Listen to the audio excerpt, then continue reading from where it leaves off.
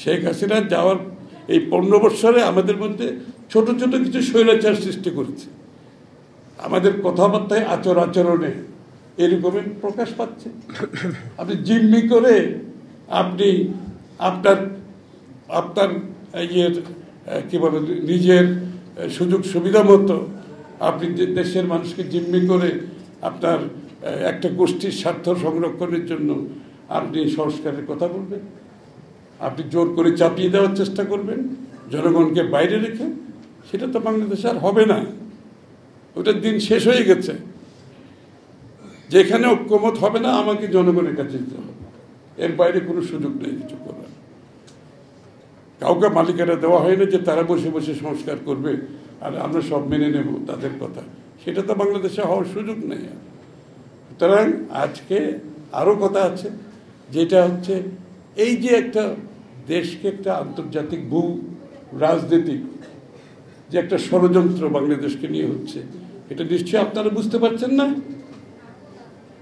এই যে মানবিক করিডোরের অর্থটা কি, এটা কার সাথে আলাপ হয়েছে? একটি অনির্বাচিত সরকার, তারা নিজেরা সিদ্ধান্ত নিচ্ছে, তারা কথা বলে যাচ্ছে। বাংলাদেশের কোনো রাজনীতি ব্যক্তিত্ব জানে না, সিভিল সোসাইটির কেউ জানে না। তাহলে এটা কার এজেন্ডা? এর পিছনে কি? বাংলাদেশকে কি আমরা কি আবার একটা গাজায় পরিণত করতে চাই? আর একটি যুদ্ধক্ষেত্র আমরা বাংলাদেশকে ঠেলে নিয়ে যেতে চাচ্ছি? কি স্বার্থে, কার স্বার্থে? এই প্রশ্নগুলো তো সামনে চলে আসছে। এবং কারা এর পেছনে কাজ করছে? এই লোকগুলো কারা? একটা নির্বাচিত সরকার এরকম একটা সিদ্ধান্ত নিতে সমস্ত রাজনৈতিক দলের সাথে বসে করতে হবে। এবং নির্বাচিত হলেও যদি কালকে নির্বাচিত সরকার হয় বাংলাদেশে, তাদেরকে এই ধরনের সিদ্ধান্তে আসতে হলে বাংলাদেশের সমস্ত রাজনৈতিক দলের সাথে বসে আলাপ আলোচনা করে করতে হবে। এগুলো সহজ ব্যাপার? একটার পর একটা সিদ্ধান্ত, এই যে বিনিয়োগের, এই যে একটা মানে মনে হচ্ছে একটা নির্বাচিত সরকার দেশ চালাচ্ছে আচার আচরণের ভাবভঙ্গি কথাবার্তা এরকম, যেখানে বিনিয়োগের একটা স্বর্গরাজ্য হয়ে যাচ্ছে বাংলাদেশে। গত 9-10 মাসে বাংলাদেশের বিনিয়োগ ক্রমান্বয়ে কমছে। আর এখানে আমাদেরকে বিনিয়োগের কি বলে একটা সার্কাস দেখানো হচ্ছে। নাম বলতে চাই না আমি, কেউ তো বোকা না।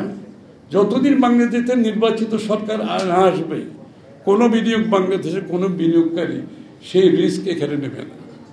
এটা ওয়ার্ল্ড ওয়াইড বিনিয়োগের চিত্র হচ্ছে এটা। তারা দেখতে চাইবে বাংলাদেশে একটা স্থিতিশীল সরকার আছে কিনা, নির্বাচিত স্থিতিশীল সরকার আছে কিনা। বিনিয়োগ কোনো শর্ট টার্ম ব্যাপার না, এটা লং টার্ম ব্যাপার। যতক্ষণ বাংলাদেশে নির্বাচিত সরকার আসবে না, স্থিতিশীল দেশ হবে না, তারপরে সেই সরকারের বিনিয়োগ, তারপর নীতিমালা কি হবে, চিন্তা ভাবনা দেখে বাংলাদেশে বিনিয়োগ আসবে। কিন্তু এটাকে ফুলিয়ে ফাঁপিয়ে এমন একটা চিত্র দেওয়ার চেষ্টা করছে বাংলাদেশে বিনিয়োগের স্বর্গরাজ্য হয়েছে। তা আমি তো ছিলাম ওখানে, বিনিয়োগ যে সম্মেলন হয়েছে, আমরা তো তাদের সাথে কথা বলেছি। তাদের একটা শেষ প্রশ্ন, বাংলাদেশের নির্বাচন কবে হবে? যারা আসছে একটা শেষ প্রশ্ন করছে। সব বুঝলাম, ভাই আপনাদের নির্বাচনটা কবে এটা বলে না, এটা হচ্ছে শেষ প্রশ্ন। তো এইটাকে আপনি নির্বাচনকে নিয়ে যদি আপনি এই কথাগুলো শেখ হাসিনাও বলতো, আপনাদের মনে নেই? আরে আমি তো বাংলাদেশকে একটা কি বলে উন্নয়নের শিখরে নিয়ে যাচ্ছে, এই হচ্ছে সেই হচ্ছে। তো নির্বাচন এগুলো তো প্রয়োজন নাই আপাতত। মানবাধিকার এগুলো তো ইম্পর্টেন্ট না। আমি তো অনেক ভালো ভালো কাজ করতেছি। তো এখন মনে হচ্ছে এরকম কিছু কিছু কথা আমরা শুনতে পাচ্ছি ইদানিং, যে আমি তো এখানে অনেক কিছু হচ্ছে। আমি তো বলছি কারোর চেহারা দেখে কেউ এখানে বিনিয়োগ করবে না। বাংলাদেশের বিনিয়োগকারীরা করবে না, বিদেশিরাও করবে না।